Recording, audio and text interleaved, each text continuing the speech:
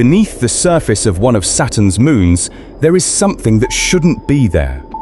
A layer of liquid, an entire ocean hidden under 60 kilometers of solid ice. No one expected to find it here. The moon is called Dione. It's not the one that makes headlines. That would be Titan, or Enceladus. Dione just orbits quietly, about 1,100 kilometers across, covered in ice, unremarkable, or so we thought. But when Cassini measured the gravity pulling from inside this moon, the numbers told a different story. The ice shell and the rocky core aren't sitting flush against each other. Something liquid is in between. And if that liquid has been there long enough, if it's in contact with warm rock, if the chemistry is even slightly right, then we have to ask a question that sounds almost ridiculous for a moon most people have never heard of. Could something be alive in there? Not walking around, not intelligent, but alive. Something microscopic, feeding off chemical energy, in an ocean that has never seen sunlight. It sounds impossible, but we already know it happens, right here on Earth, at the bottom of our own oceans. So what is Dione actually hiding? Is it just cold water, or is it something more? Let's look at the evidence. To answer that, we need to understand what Dione actually is. Not just its name or where it sits in the Saturn system, but what it's made of, how heavy it is, and what that tells us about its insides. Because the evidence for a hidden ocean didn't come from a photograph. It came from math. It came from gravity. And it started with a number that didn't quite make sense. Dione orbits Saturn at a distance of about 377,000 kilometers. To put that in perspective, that's roughly the same distance as our own moon from Earth. But unlike our moon, Dione shares its neighborhood with dozens of other worlds, all tugging on each other gravitationally, all locked into a complex dance dictated by Saturn's enormous pull. It's the fourth largest moon of Saturn, about 1,123 kilometers across. If you could place it on a map of the United States, it would stretch from New York to roughly Indianapolis. Not tiny, but not huge either. It sits in a category scientists sometimes call mid-sized icy moons, a group that includes Tethys, Rhea, and the much more famous Enceladus. For decades, Dione was considered geologically dead, a frozen ball of ice and rock, cratered, ancient, boring, the kind of world you catalogue and move on from. But that assumption was based on what we could see from the outside. And the outside, it turns out, doesn't tell the full story. The first real clue came from a simple measurement: density.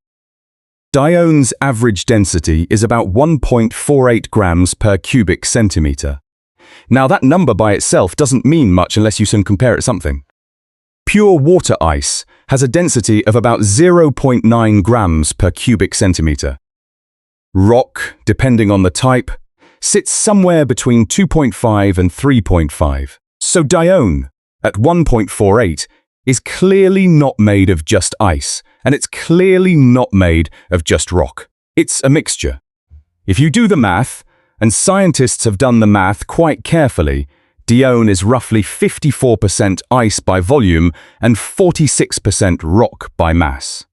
That rock is sitting somewhere inside, and the simplest model, the one that matches what we know about how these moons form, is a rocky core, surrounded by an ice shell.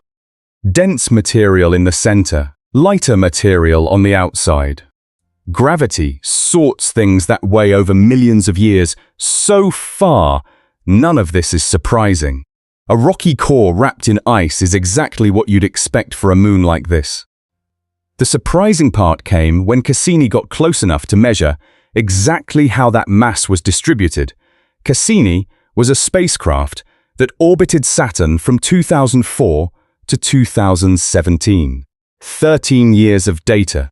During that time, it flew past Dione 5 times at close range, and during those flybys, scientists tracked the spacecraft's radio signal very precisely. As Cassini passed over different parts of Dione, the moon's gravity would tug on the spacecraft, speeding it up slightly or slowing it down. By measuring those tiny changes in velocity, down to fractions of a millimeter per second, you can map the gravity field of the moon. This technique is called a gravity flyby, and it's the same method used to study the insides of Europa, Enceladus, and Titan. You can't drill into these worlds, but you can listen to how they pull on things that pass by. And the pull tells you where the mass is. What Cassini found at Dione was unexpected. The gravity data didn't match a model where the ice shell was frozen all the way down to the rocky core. If Dione were completely solid, the gravity signal would look one way. But the actual signal suggested something else.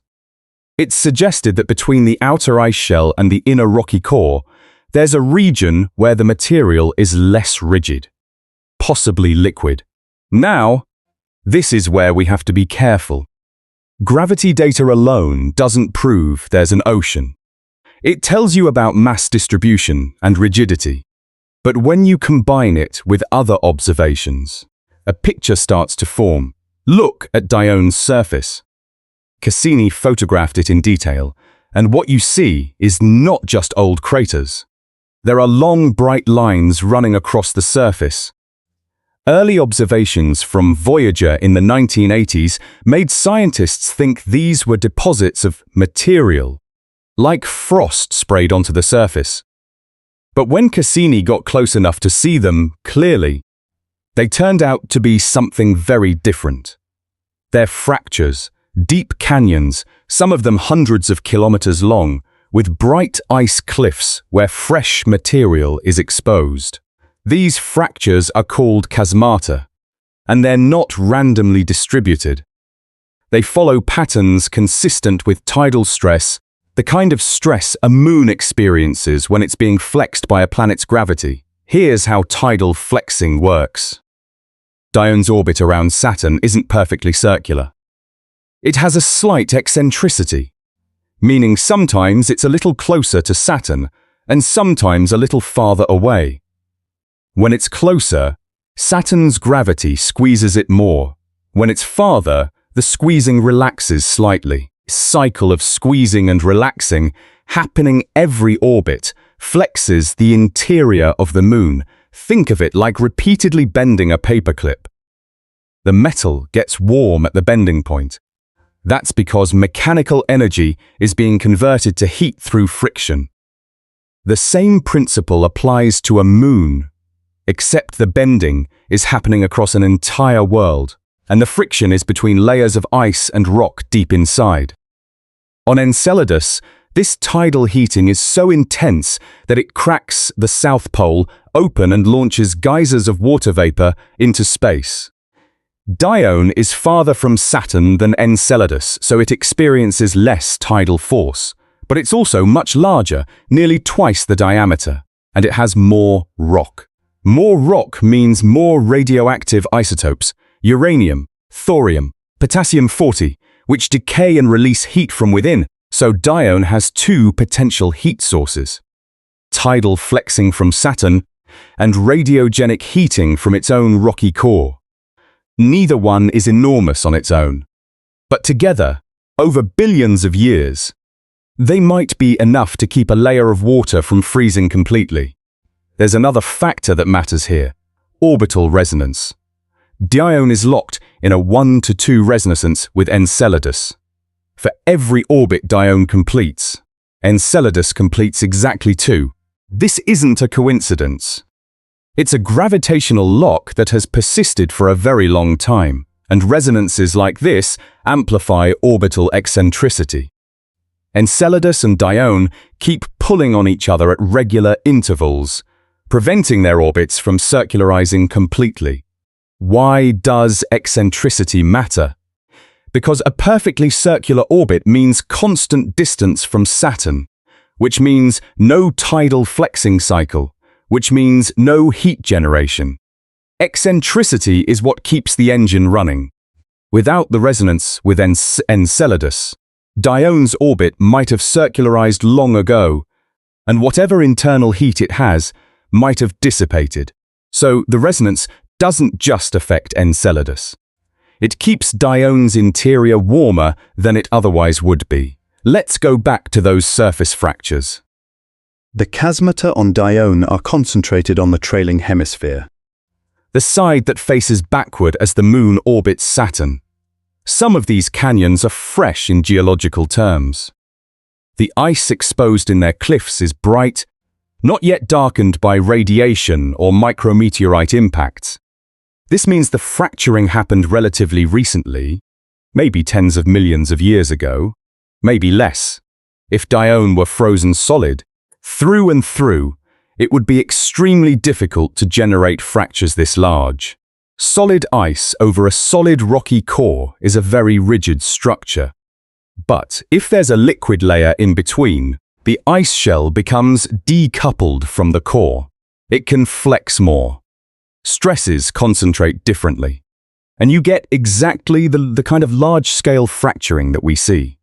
A study published in 2016, led by Michael Boyth at the Royal Observatory of Belgium, analyzed Cassini's gravity data and concluded that Dione likely has a subsurface ocean. The model suggests an ice shell roughly 50 to 100 kilometers thick, with an ocean beneath it, sitting on top of the rocky core. The ocean might be thin, perhaps a few tens of kilometers deep, but it appears to be there. Another piece of evidence comes from Dione's shape. Precise measurements show that Dione is very slightly flattened. Its equator bulges more than you'd expect for a completely rigid body.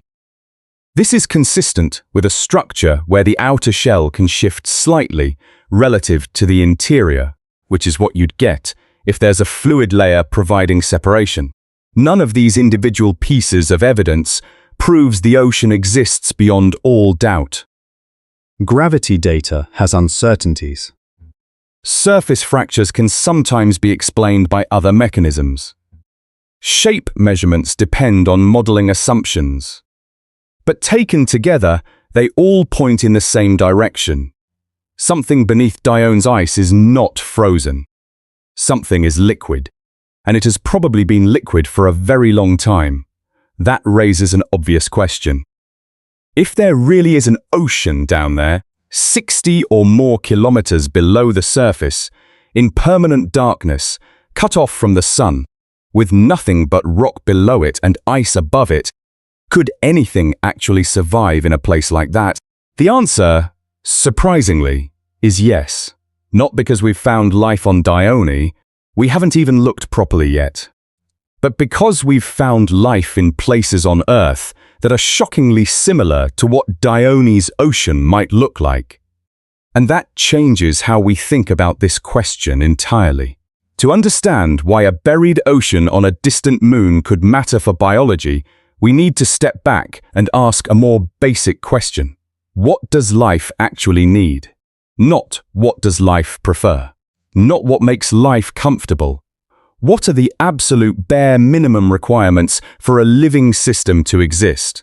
As far as we understand it, life needs three things: liquid water, a source of energy, and the right chemistry. That's it. You don't need sunlight. You don't need oxygen. You don't need a surface. You don't even need warmth in the way we usually think about it. You just need those three ingredients to coexist in the same place for long enough that chemistry can become biology. Let's take them one at a time. Liquid water is the most obvious one. Every form of life we've ever found on Earth, without exception, requires liquid water at some point in its life cycle. Not ice, not vapor, liquid. Water in its liquid state does something no other common substance does quite as well. It dissolves things. It moves molecules around. It allows chemical reactions to happen by bringing reactants together. It's the medium in which the chemistry of life takes place. If Dione has a subsurface ocean, this first requirement is potentially met. The Cassini gravity data and the surface fracture evidence suggest liquid water exists beneath the ice shell. We don't know exactly how much. The ocean could be tens of kilometers deep, or it could be relatively thin. But even a thin ocean is still an enormous volume of liquid water.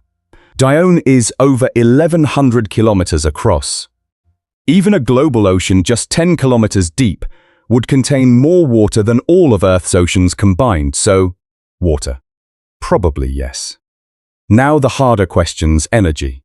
On Earth's surface, most life gets its energy from the sun, either directly through photosynthesis or indirectly by eating things that photosynthesize. But Dione's ocean would never see a single photon of sunlight. It's buried under perhaps 60 to 100 kilometers of ice. So solar energy is completely out of the question. But here's what most people don't realize. Sunlight is not the only energy source that life can use. And we know this because of what we found at the bottom of Earth's own oceans in 1977. That year, researchers diving in the submersible Alvin discovered hydrothermal vents on the Pacific Ocean floor, near the Galapagos Islands. These are cracks in the Earth's crust where superheated water, sometimes over 350 degrees Celsius, pours out from below. The water is loaded with dissolved chemicals: hydrogen sulfide, methane, iron, manganese. And around these vents, completely cut off from sunlight, in crushing pressure and total darkness, there were thriving ecosystems: giant tube worms, shrimp, crabs, microbial mats covering the rocks. All of it powered not by the sun, but by chemical energy. The microbes at the base of these food chains use a process called chemosynthesis. Instead of using light to convert carbon dioxide into organic molecules, they use chemical reactions. Specifically, they exploit the energy released when hydrogen sulfide or hydrogen reacts with oxygen or other oxidants. The key insight is this: you don't need a star to power life. You need a chemical gradient. You need one set of conditions on one side and a different set of conditions on the other, and life can harvest the energy difference between them. Hot mineral-rich water meeting cold ocean water, that's a gradient. And that's enough. Now, could this happen on Dione? If the ocean is in direct contact with the rocky core, and if that core is even slightly warm from radiogenic heating or tidal flexing, then hot rock and cold water are touching. That's the same basic setup as a hydrothermal vent.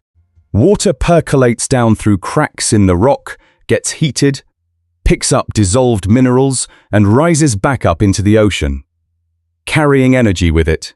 Dione's rocky core is roughly 46% of the Moon's total mass. That's a significant amount of rock. And rock contains radioactive isotopes that have been decaying since the solar system formed 4.5 billion years ago. Uranium-238, thorium-232, potassium-40. These isotopes release heat as they decay. On Earth, radiogenic heating is responsible for a large fraction of our planet's internal heat. On Dione, the total heat production is much less, because the Moon is much smaller, but it's not zero. And it doesn't need to be enormous. It just needs to be enough to keep the base of the ocean above freezing and to drive some circulation. Estimates vary, but models suggest Dione's rocky interior could produce somewhere in the range of a few gigawatts heat from radioactive decay alone.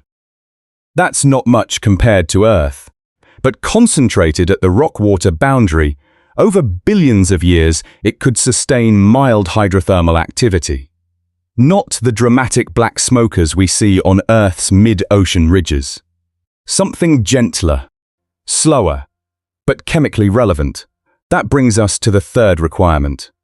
Chemistry. Life as we know it is built from 6 key elements: carbon, hydrogen, nitrogen, oxygen, phosphorus, and sulfur, sometimes abbreviated as CNOPS.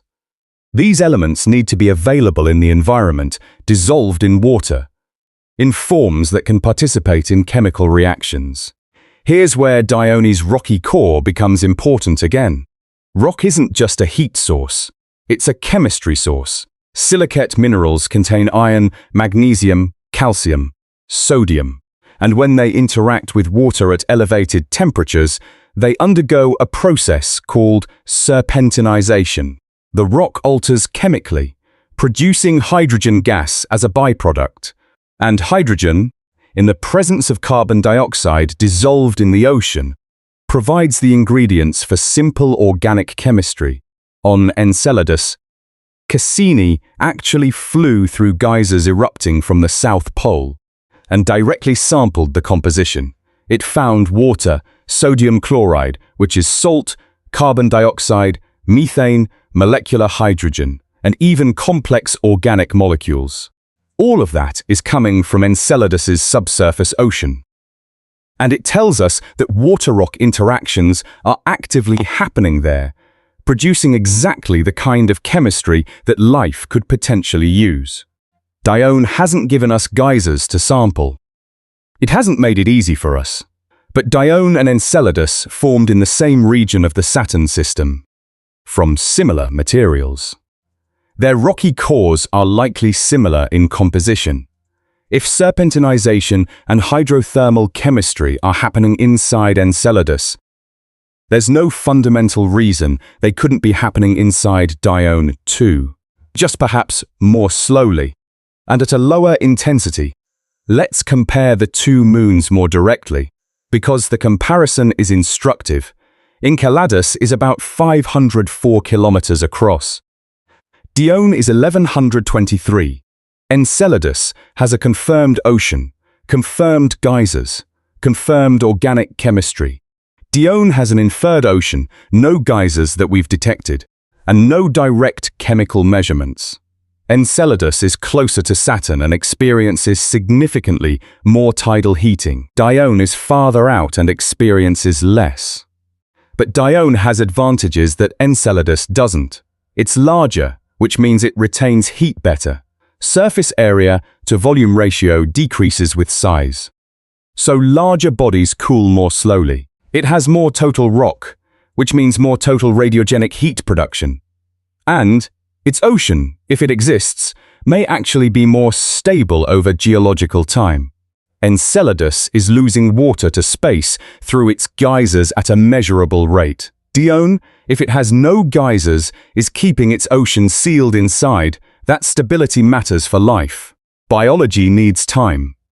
On Earth, the first simple cells appeared within a few 100 million years of the planet forming. But complex chemistry needs a stable environment to iterate in.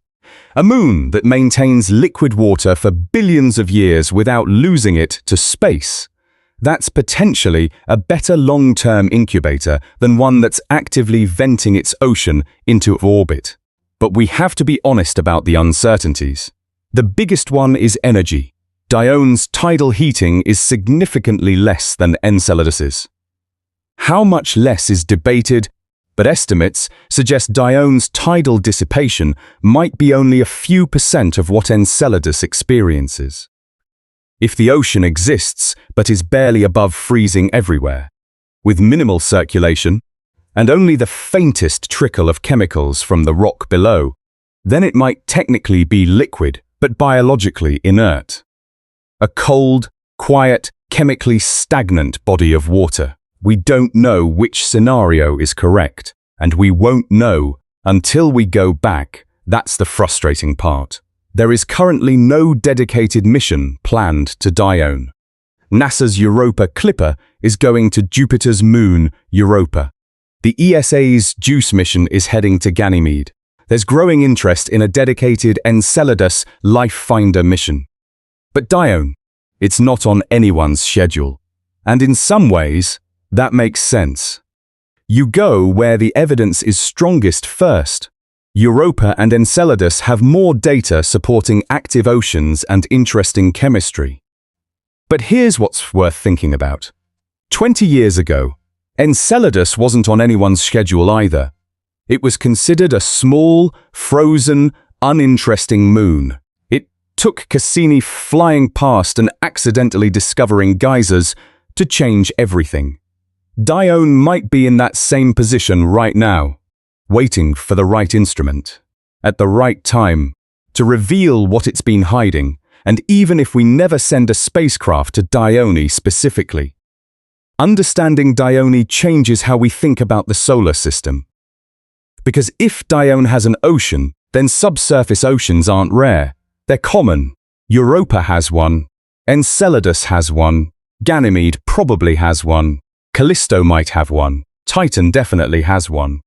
And now, possibly Dione too. That means the solar system might contain more liquid water in total volume beneath the surfaces of ice moons than in all the lakes and rivers and oceans sitting on rocky planets exposed to starlight. The habitable zone, that ring around a star where temperatures allow liquid water on a planet's surface, might be the exception rather than the rule for where water actually exists. Most of the liquid water in our solar system might be hidden, underground, in the dark, and if water is that common, and rock-water chemistry is that common, and energy from tidal forces and radioactive decay is that common, then the ingredients for life aren't restricted to a narrow band around a star. They're everywhere, under the ice of every large enough moon, orbiting every gas giant in every star system. We haven't found life on Dione. We haven't proven the ocean exists beyond all doubt. But what we've found is something almost as important. We've found that the conditions for life, the basic physical and chemical requirements, might be far more widespread in the universe than anyone imagined a generation ago. And Dione, this quiet, cratered, overlooked moon, helped teach us that. The question isn't really whether Dione has life. The question is whether we'll ever bother to look.